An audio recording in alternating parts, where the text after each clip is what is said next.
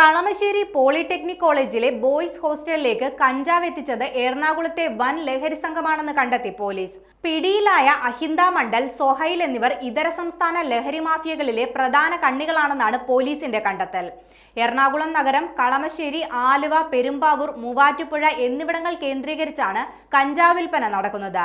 കഞ്ചാവ് എത്തിക്കുന്നത് ഒഡീഷയിൽ നിന്നാണെന്നും പോലീസ് കണ്ടെത്തിയിട്ടുണ്ട്. ഹോസ്റ്റൽ വിദ്യാർത്ഥികളുമായി ലഹരി മാഫിയ ഇടപാട് തുടങ്ങിയിട്ട് 7 മാസമായെന്നും പോലീസ് പറയുന്നുണ്ട്. നേരത്തെ പിടിയിലായ ഷാലിക്കിനാണ് ഇതര സംസ്ഥാന കഞ്ചാവ് മാഫിയയുമായിട്ട് നേരിട്ട് ബന്ധമുള്ളത്. ഇന്നലെ നെടുമ്പാശ്ശേരിയിൽ 1 കിലോ കഞ്ചാവുമായി പിടികൂടിയ മുർഷിദാബാദ് സ്വദേശി ദീപക്കും ഈ ഗ്യാങ്ങിലെ അംഗമാണ്. 6 തവണയോളം കഞ്ചാവ് ഷാലിക്കിന് കൈമാറിയെന്നാണ് പ്രതികളുടെ മൊഴി. ഏറ്റവും ഒടുവിൽ കൈമാറിയത് 4 ബണ്ടിലാണെന്നും പിടിയിലായ സൊഹൈൽ പറഞ്ഞു. ഒരു ബണ്ടിൽ കഞ്ചാവിന് 6000 രൂപ കമ്മീഷനായി ലഭിക്കുമെന്നും കളമശ്ശേരി പോളിടെക്നിക് കോളേജ് ഹോസ്റ്റലിൽ കഞ്ചാവ് പിടിച്ച കേസിൽ അറസ്റ്റിലായ പൂർവ്വ വിദ്യാർത്ഥി ഷാലിക് പറഞ്ഞിരുന്നു. പോലീസിന് നൽകിയ മൊഴിയിലാണ് ഷാലിക് ഇക്കാര്യം വ്യക്തമാക്കിയത്. 18000 രൂപയ്ക്കാണ് ഒരു ബണ്ടിൽ കഞ്ചാവ് ലഭിക്കുന്നത്. വിദ്യാർത്ഥികളിൽ നിന്ന് 24000 രൂപ വാങ്ങുമെന്നും ഷാലിക് പോലീസിനോട് പറഞ്ഞു.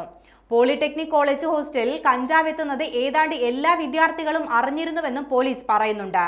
കോളേജ് ഹോസ്റ്റലിലെ കഞ്ചാവ് കേസുമായി ബന്ധപ്പെട്ട് പോലീസ് കസ്റ്റഡിയിലെടുത്ത പൂർവ്വ വിദ്യാർത്ഥിയായ ഷാരിഖ് ഈ മാസം മാത്രം 60000 രൂപയാണ് വിദ്യാർത്ഥികളിൽ നിന്നും ശേഖരിച്ച് ഇതര സംസ്ഥാന തൊഴിലാളികൾക്ക് കൈമാറിയത്.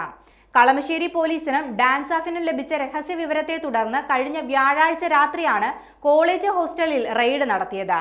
ഒരു മുറിയിൽ നിന്നും 1.9 കിലോ കഞ്ചാവും മറ്റൊരു മുറിയിൽ നിന്ന് 9 ഗ്രാം കഞ്ചാവുമാണ് പിടികൂടിയത്.